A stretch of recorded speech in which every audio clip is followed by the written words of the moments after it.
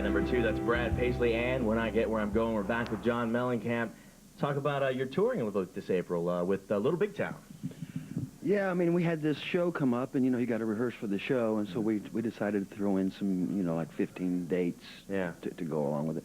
There's no sense in doing all that rehearsal for one show, so let's go out and play some other shows. Yeah, it's exciting. Now, guys, you can go to cmt.com or mellencamp.com, check those dates out. Well, what else is coming up? I understand you're working with Stephen King on something. Talk about that. Steve and I have been working on a dramatic musical for about 4 years, and we are to the stage now where we've workshopped it in New York. We've seen what it looks like. We know what we need to change. You know, I've got a lot of songs written. Steve's got what they call the book written.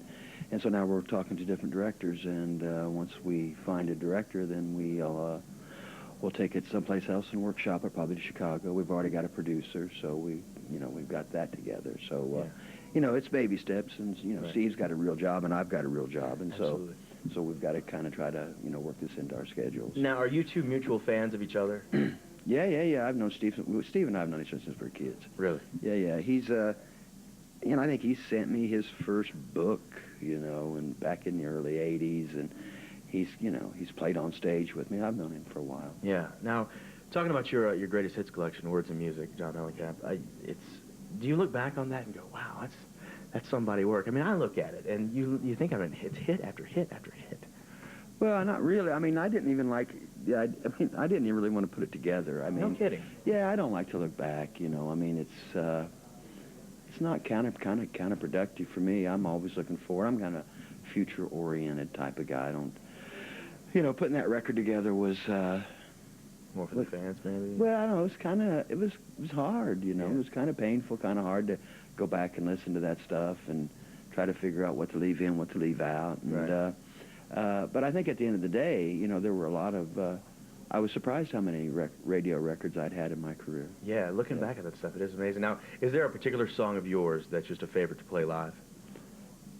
I don't know. Not really. It depends. You know, when a long time ago I hated playing Jack and Diane. I had a song called Jack and Diane. Yeah. I hated playing it live, but anymore the audience just loves it so much. It's hard not to be, I don't know, it kind of makes me feel bashful to have, you know, the whole crowd sing the song. It's funny, it's weird. And to see how it's influenced so many artists. I mean, your music has so much. So many new artists about today. that. Oh, yeah. Well, you talk about you don't like to look back so much, you like to work forward. Any new music we can expect? Well, I'm writing songs right now. I left the record company I was with 4 years ago because I had been on a record. I had record deals since I was 22, and I said, okay, this is enough of this. I don't want to be involved with. But it's been 4 years, and so I think I'm getting ready to sign with a record deal and make another album. So that's new stuff. But only one album, please. Yeah. Only one at a time. One at a time, now. That's right. That's right. All right. Well, I appreciate it. Guys, we're going to take a break. We've got plenty more from the Final Four here in Indy right after this. Top 20.